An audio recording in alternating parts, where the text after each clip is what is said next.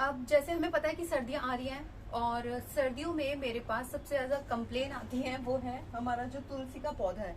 तुलसी के पौधे में मेरे पास बहुत सारी कंप्लेंट्स आती हैं कि हमारा तुलसी का पौधा खराब हो गया और गर्मियों में तो बहुत ज्यादा बुशी था और तब भी खराब हो गया और अच्छा भी नहीं लगता। और हिंदू मान्यता के अकॉर्डिंग ऐसा माना जाता है कि जो तुलसी का पौधा अगर खराब हो जाए, उसके पत्ते सूख जाएं, तो एक तरीके से दुर्भाग्य को मतलब दुर्भाग्य आ जाता है ऐसा कुछ करके।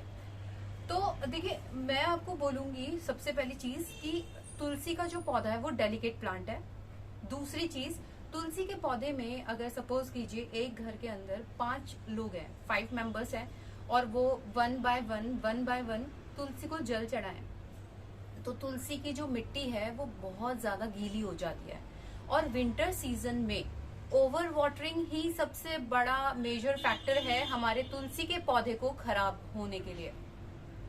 तुलसी के पौधे को बचाने के लिए सर्दियों में आप इन चीजों को यूज करना और देखना, फिर आप बोलोगे कि हाँ, हमारी तुलसी तो खराब होती नहीं है। तो पहली चीज आपको क्या करनी है, तुलसी में पहले ध्यान रखें कि अगर तुलसी की जो मिट्टी है अगर वो गीली है तो आपको पानी देने की बिल्कुल भी जरूरत नहीं है। वेट कीजिए जब तक तुलसी की जो मिट्टी है वो सूख ना जाए।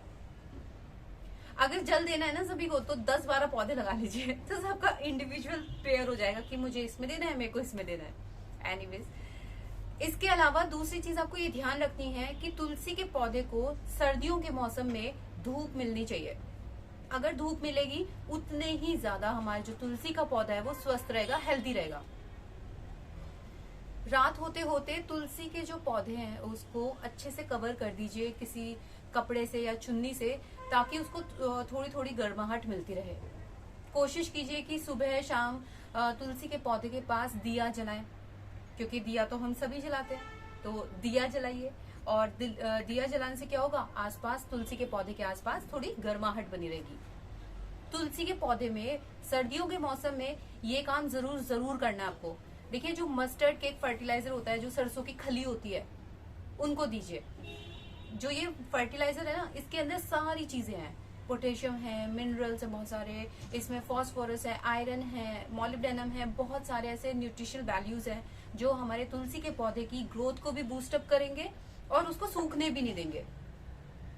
तो मस्टर्ड केक फर्टिलाइजर के ऊपर मैंने एक वीडियो बनाया है किस तरीके से उसको यूज करना है प्लांट्स में, तो वो आप वहां से ले सकते हैं इंफॉर्मेशन। और तुलसी के पौधे को ध्यान रखिए, ऑनियन पील फर्टिलाइजर बिल्कुल भी मत दीजिएगा, बनाना पील फर्टिलाइजर मत दीजिएगा। ये सारी आप वर्मी कंपोस्ट को दे सकते हैं। अगर आप काऊ डंग केक दे रहे हैं तो वो भी बहुत ज्यादा पुराना होना चाहिए। अदरवाइज मैं आपको बोलूंगी कि गर्म खाद का इस्तेमाल करें विंटर्स में।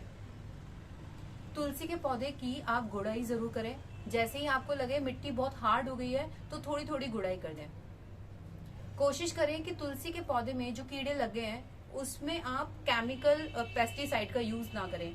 आप जितने अमाउंट में केमिकल पेस्टिसाइड का यूज करोगे तो उतना क्या होगा, जो मिट्टी है उसका जो पीएच बैलेंस है वो खराब हो जाएगा।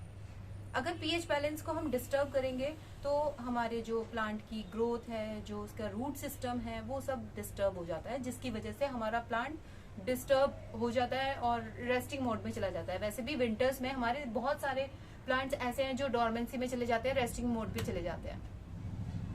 तो इन सारी चीजों को अपने तुलसी के पौधे के साथ ध्यान रखिएगा कि आपको क्या ये सारी चीजें करनी है। इसके अलावा आपको कुछ भी करने की जरूरत नहीं है। बस 1 महीने में एक बार आप फर्टिलाइज कर देना मस्टर्ड केक फर्टिलाइजर से या फिर वर्मी कंपोस्ट से। अगर आपको ये इन्फॉर्मेशन अच्छी लगी है तो लाइक और शेयर कर देना आप। और इसके साथ साथ ऐसी ही इन्फॉर्मेशन के लिए जल्दी से गार्डन गपशप को सब्सक्राइब करें और बेल आइकन को प्रेस कर दें फर्दर अपडेट्स के लिए।